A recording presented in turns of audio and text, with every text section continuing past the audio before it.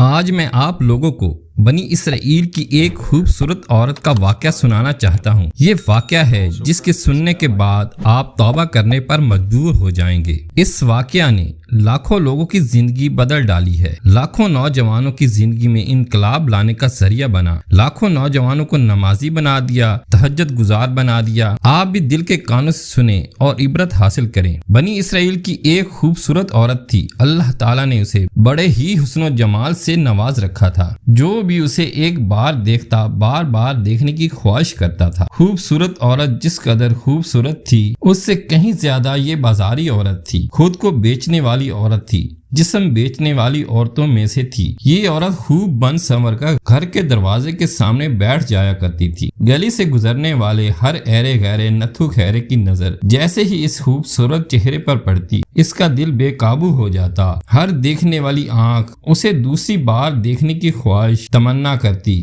اب جس کا دل بے قابو ہو جاتا، جو بھی اس کا دیوانہ بن بیٹھتا، تو پھر وہ اسے 100 دینار دیتا تو پوری رات اس کے ساتھ گزارتا۔ اپنے نفس کی نفسانی خواہش کو پورا کرنے کے لیے، اس کے جسم کے ساتھ کھیلنے کے لیے، اس کے خوبصورت جسم کو چھونے کے لیے، اللہ اکبر، وہ 100 دینار دیتا۔ اس خوبصورت عورت نے اپنے جسم کی قیمت 100 دینار لگا رکھی تھی۔ ایک دن حسب معمول بن سنور کر گھر کے دروازے پر بیٹھی تھی تو اسی گلی سے ایک عبادت گزار کا گزر ہوا، اللہ والے کا گزر ہوا۔ اللہ والا جس کے دل کا تعلق اللہ کی ذات کے ساتھ جڑا ہوا تھا۔ جوانوں، خدارا اپنے دل کا تعلق رب کی ذات کے ساتھ جوڑ لو، دل کا تعلق اللہ کی ذات کے ساتھ جوڑ لو۔ اللہ کو پانے کی کوشش کرو، مدینے والوں کو راضی کرنے کی کوشش کرو، مدینے والوں کو خوش کرنے کی کوشش کرو۔ رب راضی ہو گیا تو سمجھو جگ راضی ہو گیا، مصطفیٰ راضی ہو گیا تو سمجھو خدا راضی ہو گیا۔ رب کی محبت میں، رب کے پیار میں، معرفت الہی میں، خاشیت الہی میں، خوف خدا میں ایک وہ مقام بھی آتا ہے، وہ لمحہ بھی آتا ہے، وہ وقت بھی آتا ہے، وہ ساتھ وہ گھڑی بھی آتی ہے کہ دعا تو رہی بڑی دور کی بات، ہر انسان صرف سوچتا ہے، ہاتھ اٹھانے کی ضرورت بھی نہیں پڑتی، صرف سوچتا ہے، اللہ پوری کر دیتا ہے۔ دماغ سے صرف سوچتا ہے، میرا اللہ پوری فرما دیتا ہے۔ ایک دن اسی گلی سے ایک عبادت گزار کا گزر ہوا، عابد کا گزر ہوا۔ یہ بنی اسرائیل کا سب سے بڑا عبادت گزار تھا۔ اس عبادت گزار کی نظر جیسے ہی اس خوبصورت چہرے پر پڑی تو اس کا دل بے قابو ہو گیا۔ ہر ممکن کوشش کی کہ اس کا خیال دل سے نکالنے کی، لیکن نفسانی خواہش اس پر غالب آ چکی تھی، نفس اس پر غالب آ چکا تھا۔ دوسری بار دیکھنے کی کوشش کی، دوسری بار دیکھا، پھر تیسری بار دیکھا، پھر نفس امارہ کی مانتے ہوئے چوتھی مرتبہ بھی دیکھ لیا۔ اس کا خوبصورت چہرہ دیکھا، اس کے خوبصورت ہاتھ دیکھے، خوبصورت جسم دیکھا، تو پھر اب دل میں اس عورت کو جسم کو چھونے کی خواہش پیدا ہونے لگی، ملنے کی خواہش پیدا ہوئی۔ خود کو قابو میں لاتا ہوا اس وقت تو وہاں سے چلا گیا۔ اس کے نفس نے اسے اس قدر مجبور کر دیا، اس قدر مجبور کیا کہ کہیں نہ کہیں سے 100 دینار پکڑ، اس کے پاس جا کے اسے چھو، اسے اپنے نفس کی خواہش پوری کر، شہوت پوری کر۔ 4 دن کی زندگی ہے، 3 دن گزر گئے ہیں، 1 دن ہی تو باقی رہ گیا ہے۔ اسے چھونے کے بعد، لذت اٹھانے کے بعد پھر سے توبہ کر لینا۔ بس حضرت سیدنا علی المرتضیٰ شیر خدا فرماتے ہیں کہ ہم 1 سیکنڈ کی لذت کی آڑ میں آ کر 1 منٹ کی لذت کے پیچھے نہ ختم ہونے والے گناہ کو مت کرو، کیونکہ لذت ختم ہو جائے گی، گناہ باقی رہے گا۔ اگر توبہ نہیں کرو گے تو یہی گناہ تمہیں جہنم میں لے جانے کا ذریعہ بھی بنے گا۔ اس لیے لذت کی آڑ میں آ کر گناہ مت کیا کرو۔ اللہ اکبر، مرتا کیا نہ کرتا، مجبور ہو کر اس نے اپنے نفس امارہ کی مانی۔ نفس کے مانتے ہوئے اس کے پاس ایک بکری تھی جو اس نے بڑے ہی شوق سے پال رکھی تھی۔ اس بکری کو بیچ ڈالا، 100 دینار لے کر خوبصورت عورت کے پاس چلا گیا۔ اے حسن کی ملکہ، شہزادی، ایک مرتبہ میری آنکھوں نے تجھے دیکھا، دل بے قرار ہو گیا، دل بے قابو ہو گیا۔ میں تیرے ساتھ رات بتانا چاہتا ہوں، تیرے ساتھ گزارنا چاہتا ہوں، تجھ سے شہوت لینا چاہتا ہوں، لذت لینا چاہتا ہوں، لطف اندوز ہونا چاہتا ہوں تیرے ساتھ۔ اس نے کہا 100 دینار میرے وکیل کو دے دو، 100 دینار میرے وکیل کے حوالے کر دو، رات کے فلاں وقت میرے پاس آ جانا، عبادت گزار نے کیا کیا، 100 دینار اس کے وکیل کو دے دیا اور مقررہ وقت پر رات کو جب کمرے کے اندر داخل ہوا تو کیا دیکھتا ہے، وہ خوبصورت حسن و جمال کی ملکہ شہزادی بن سنور کر پلنگ پر بیٹھی اس کا انتظار کر رہی تھی۔ یہ عبادت گزار اس کے قریب جا کر بیٹھا، ایک دو پیار بری محبت بری باتیں کی۔ اس عبادت گزار نے ہاتھ اٹھایا قبل اس کے کہ اس کے خوبصورت جسم پر ہاتھ لگاتا کہ ایک دم اس کی گزشتہ عبادت نے اس کی آنکھوں سے غفلت کے پردے کو ہٹائے۔ گزشتہ عبادت نے اس کے ساتھ احسان کیا، وفا کی قبل اس کے کہ یہ عورت کو چھوتا، گناہ کی طرف بڑھتا، لذت کی طرف بڑھتا، شیطان کو راضی کرنے کی طرف بڑھتا۔ گزشتہ عبادت نے کہا، او نادان کیا کر رہا ہے، عبادت ضائع ہو جائے گی، تیری نیکیاں ضائع ہو جائیں گی۔ یہ وہ گناہ ہے جو نیکیوں کو اس طرح کھا جاتا ہے، نیک اعمال کو اس طرح کھاتا ہے جس طرح آگ لکڑی کو کھاتی ہے۔ تو کیا کر رہا ہے؟ گزشتہ عبادت نے اس کی آنکھوں سے غفلت کی پٹی ہٹائی، پردے ہٹائے اور ساتھ میں کہنے لگے، عبادت ضائع کر دے گا، نیکیاں ضائع کر دے گا، پھر مرنے کے بعد اللہ کو کیا منہ دکھائے گا؟ پھر قیامت کے دن اللہ تعالیٰ عرش کے ٹھنڈے سائے کے نیچے تجھے جگہ نہیں دے گا۔ اس دن تو کہاں جائے گا؟ اس دن اللہ کو کس طرح منہ دکھائے گا؟ یہی گناہوں میں ڈوبا ہوا چہرہ دکھائے گا، گناہوں میں ڈوبی ہوئی شکل دکھائے گا؟ تجھے شرم نہیں آئے گی؟ وہاں گناہ کے دوران اگر موت کا فرشتہ آ بھی گیا، زنا کے دوران، شراب پینے کے دوران، ہے جوانوں ماں باپ کو دکھ دینے کے دوران، والدین کو گالیاں دینے کے دوران، گناہ کبیرہ کرنے کے دوران اگر موت کا فرشتہ آ بھی گیا، سوچو تو صحیح، مرنے کے بعد اللہ کو کیا منہ دکھاؤ گے؟ ایک دم اس شخص نے چیخ ماری قبل اس کے کہ اس کو ہاتھ لگاتا، لذت اٹھاتا، 100 دینار دے کر آیا تھا، بیٹھا تھا، ایک دم اس نے چیخ ماری، خوف میں کانپنے لگا، ہیبت میں آ کر کانپنے لگا، اس کا جسم تھر تھرانے لگا۔ خوبصورت عورت نے کہا، او نادان کیوں کانپ رہا ہے، کس خوف میں ہے؟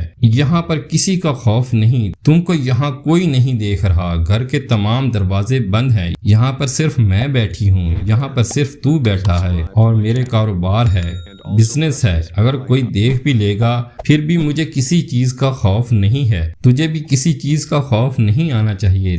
کس چیز کا خوف ہے تیرے اندر؟ تو کیوں رو رہا ہے، اس قدر کانپ کیوں رہا ہے؟ اس نے کہا، اس وقت کوئی نہیں دیکھ رہا، تیرے گھر کے تمام دروازے بند ہیں، مگر میرے اللہ کا دروازہ بند نہیں ہو سکتا۔ سن، اللہ اس وقت دیکھ رہا ہے، میرا رب مجھے دیکھ رہا ہے کہ میں کیا کر رہا ہوں۔ اللہ کی چوکھٹ چھوڑ کر تیری ناپاک چوکھٹ پر آ گیا، اللہ کا دروازہ چھوڑ کر میں تیرے ناپاک گھر کے اندر آ گیا، سوچ رہا ہوں اللہ کو کیا منہ دکھاؤں گا۔ اے حسن کی ملکہ شہزادی، میں تیرے حسن پر تھوکتا ہوں، اپنے نفس امارہ پر تھوکتا ہوں، آج میں نفس امارہ کو اسی طرح ذلیل کروں گا، اسی طرح اسے رسوا کروں گا۔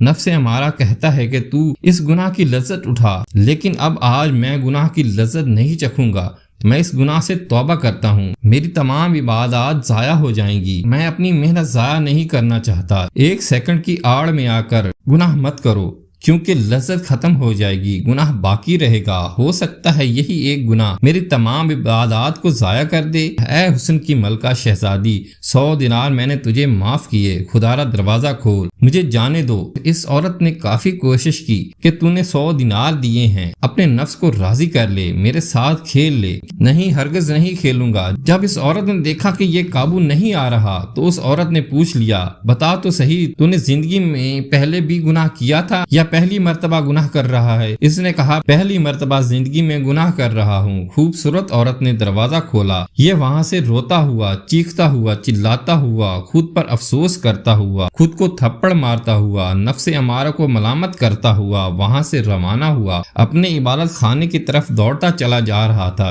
پیچھے اب اس عورت کا حال دیکھیے، اب وہ خوبصورت عورت خود کو کہنے لگی، ملامت کرنے لگی، کہنے لگی، ہائے افسوس، ہائے نفس امارہ تیرے اوپر افسوس، ایک عبادت گزار نے جس نے ساری زندگی عبادت کی، کبھی بھی گناہ کی قریب نہیں گیا، آج وہ پہلی مرتبہ گناہ کے قریب جا ہی رہا تھا۔ خشیت الہی میں، خوف خدا میں اس قدر رویا کہ ہچکی بند گئی۔ وہ عبادت گزار ہو کر اس قدر ڈرتا ہے، عبادت گزار ہو کر اس قدر خوف کھا رہا ہے۔ مجھے تو اس سے کہیں زیادہ ڈرنا چاہیے، کیونکہ میری زندگی تو گزر ہی گناہوں میں رہی ہے، میری زندگی تو نفس امارہ کی پوجا کرنے میں گزر رہی ہے۔ اگر گناہوں کے دوران، زنا کرنے کے دوران، دوسروں کو خوش کرنے کے دوران مر گئی، موت کا فرشتہ آ گیا، تو موت کے بعد اللہ کو کیا منہ دکھاؤں گی؟ یہ گناہوں میں ڈوبا ہوا چہرہ لے کر کہاں جاؤں گی؟ گناہوں میں ڈوبی ہوئی شکل لے کر جاؤں گی؟ یہ گناہوں میں ڈوبا ہوا چہرہ اللہ کی طرف لے کے جاؤں گی؟ مجھے شرم نہیں آئے گی؟ مجھے حیا نہیں آئے گی؟ ہائے، اس عبادت گزار کی آنکھوں سے نکلے آنسو نے اس کی زندگی بدل ڈالی۔ اس عورت نے وہاں بیٹھ کر پختہ توبہ کی،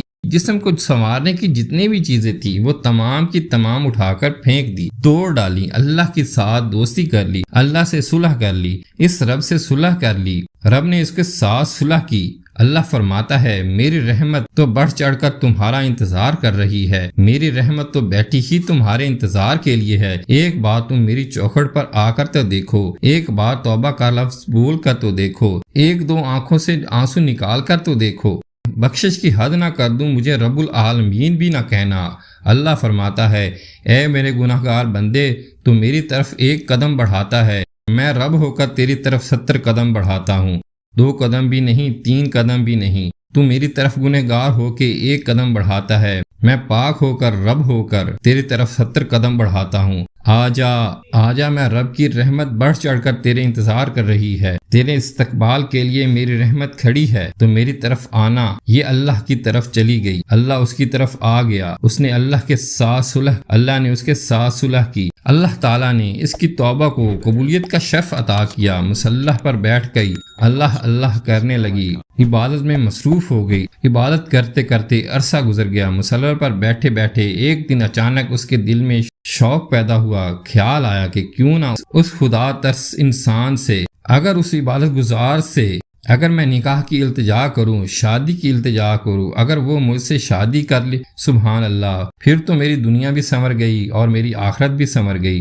اگر وہ مجھ سے شادی کر لیتا۔ اس سوچ کی بنیاد پر اس نے ساز و سامان اٹھایا، گھر سے باہر نکلی، سفر کو روانہ ہوئی۔ کہاں جا رہی ہے؟ اس عبادت گزار کی تلاش کے لیے جا رہی ہوں۔ وہ لبنان کے ایک شہر میں پہنچی، گلی گلی چھان ماری، چپا چپا چھان مارا، تلاش کرتے کرتے، تلاش کرنے سے تو رب بھی مل جاتا ہے، دنیا کی کون سی چیز نہیں ملتی۔ تلاش کرتے کرتے ایک گاؤں کے اندر داخل ہوئی، وہاں پر ایک پرانا سا گھر تھا۔ اس نے کہا ایک کچا سا کمرہ اس عبادت گزار کا عبادت خانہ ہے۔ کچے سے کمرے کے قریب گئی، دستک دی، اللہ اکبر۔ وہ عبادت گزار جیسے ہی باہر نکلا تو ایک دم عبادت گزار کی آنکھوں کے سامنے وہ گناہوں والا منظر، وہ گناہوں والا سین دوڑنے لگا۔ ایک بار پھر سے عبادت گزار کو وہ والا وقت یاد آ گیا، شرمندگی والا، خود پر افسوس کرنے والا وقت یاد آ گیا۔ جیسے ہی گناہوں والا منظر یاد آیا، آنکھوں کے سامنے گھومنے پھرنے لگا، تو اللہ والے نے ایک بار پھر سے چیخ ماری، اس قدر چیخ ماری کہ اللہ والے کا جگر پھٹ گیا، اللہ والے کا جگرا پھٹ گیا۔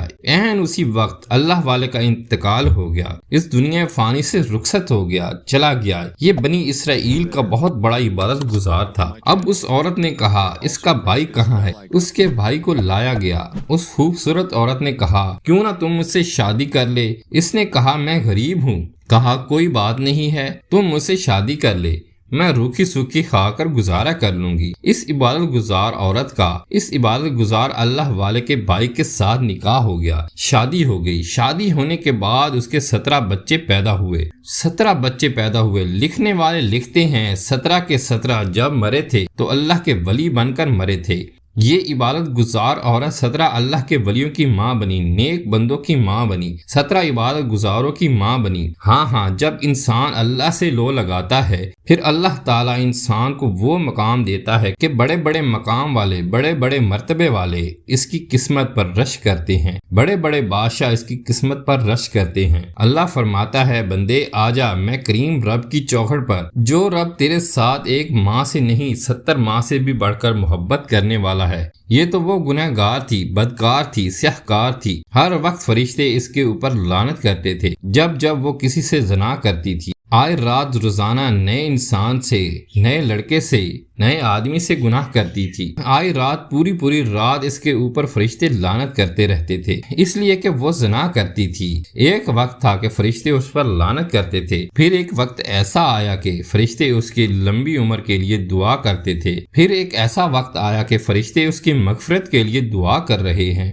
آج فرشتے اس کی مغفرت اور بخشش کے لیے دعا کر رہے ہیں۔ اس کے اندر سے 17 بچے پیدا ہوئے اور 17 کے 17 اللہ کے ولی بن کر مرے۔ 17 اللہ کے ولیوں کی ماں بن کر مری تھی۔